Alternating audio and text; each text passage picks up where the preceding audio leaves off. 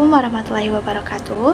Hai semua, aku Catherine Olivia dengan NPM A1C024020 dari Prodi Pendidikan Matematika kelas 1A.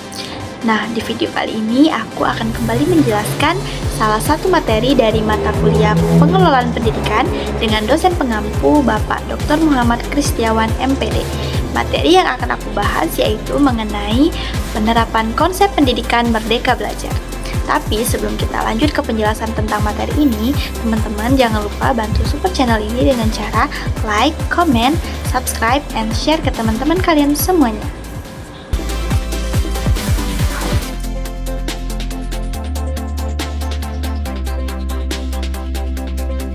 Jadi, konsep Merdeka Belajar merupakan kebijakan terbaru di dalam dunia pendidikan nasional.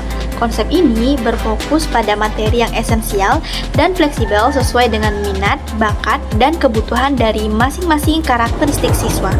Merdeka Belajar pun memberikan otoritas dan fleksibilitas pengelolaan pendidikan di level sekolah. Namun, kedua hal tersebut tidak akan terlalu berkontribusi positif untuk mencapai tujuan pendidikan jika tidak ada kreativitas dan inovasi. Oleh karena itu, untuk menjadi kreatif dan inovatif harus dilakukan perubahan. Oke, yang pertama kita akan membahas pengertian dari konsep Merdeka Belajar. Konsep Merdeka Belajar adalah kebijakan terobosan yang diluncurkan oleh Menteri Pendidikan Nadiem Makarim. Konsep Merdeka Belajar bertujuan untuk mengembalikan otoritas pengelolaan pendidikan kepada sekolah dan pemerintah daerah yang diwujudkan dengan memberikan fleksibilitas kepada sekolah dan pemerintah daerah dalam merencanakan, melaksanakan, dan mengevaluasi program-program pendidikan yang dilaksanakan di sekolah. Tentunya, hal-hal tersebut mengacu pada prinsip-prinsip kebijakan Merdeka Belajar yang ditetapkan oleh pemerintah pusat dalam usaha mencapai tujuan nasional pendidikan. Selanjutnya, untuk pengertian konsep Merdeka Belajar menurut Ki Hajar Dewantara, yaitu dilihat dalam pemikirannya mengenai pendidikan yang mendorong terhadap perkembangan siswa, yaitu pendidikan mengajarkan untuk mencapai perubahan dan dapat bermanfaat bagi lingkungan masyarakat. Pendidikan juga merupakan sarana untuk meningkatkan rasa percaya diri, mengembangkan potensi yang ada dalam diri. Karena selama ini pendidikan hanya mengembangkan aspek kecerdasan tanpa diimbangi dengan sikap perilaku yang berkarakter dan keterampilan yang dibutuhkan di dalam kehidupan. Esensi dari Merdeka Belajar sendiri yaitu kebebasan berpikir yang ditujukan kepada siswa dan guru, sehingga mendorong terbentuknya karakter jiwa merdeka. Selain itu, Merdeka Belajar juga sesuai dengan sistem AMUN, yaitu diterapkan oleh Ki Hajar Dewantara. Sistem ini melarang adanya hukuman dan paksaan kepada siswa.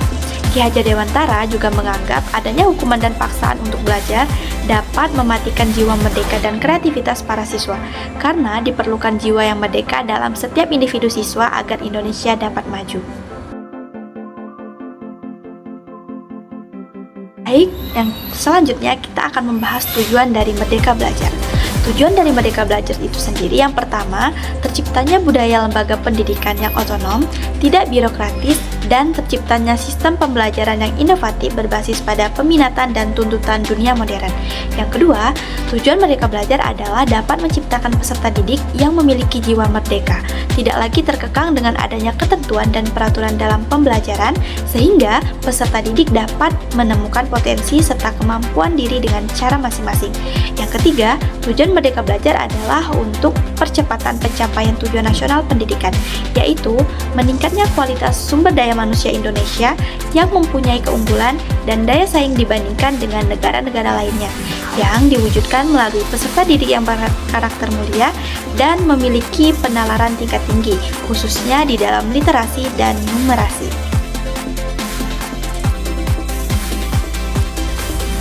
Oke, tadi kita telah membahas mengenai pengertian dari Merdeka Belajar serta tujuan dari Merdeka Belajar. Selanjutnya, kita akan membahas tentang Komponen Merdeka Belajar.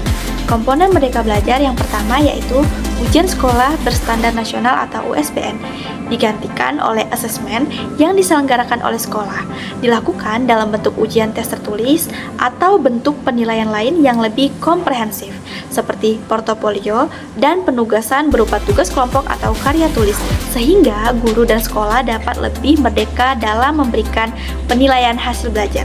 Yang kedua, Ujian Nasional atau UN. Ini diubah menjadi asesmen kompetensi minimum dan survei karakter yang terdiri dari aspek literasi, yaitu kemampuan bernalar tentang dan menggunakan bahasa. Numerasi, yaitu kemampuan bernalar menggunakan matematika. Karakter berupa pembelajaran, gotong royong, kebinekaan, dan perundungan.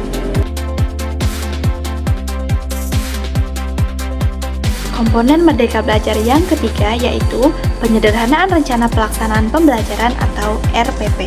Dalam kebijakan Merdeka Belajar, RPP cukup dibuat dalam satu halaman saja. Melalui penyederhanaan administrasi ini, diharapkan guru dapat memiliki lebih banyak waktu untuk mempersiapkan dan mengevaluasi proses pembelajaran. Komponen Merdeka Belajar yang keempat yaitu dalam penerimaan peserta didik baru atau PPDB. Sistem zonasi diperluas atau tidak termasuk daerah terdepan, terpencil, dan tertinggal. Bagi peserta didik yang melalui jalur afirmasi dan prestasi diberikan kesempatan yang lebih banyak dari sistem PPDB. Selanjutnya, kita akan membahas mengenai kunci sukses implementasi Merdeka Belajar.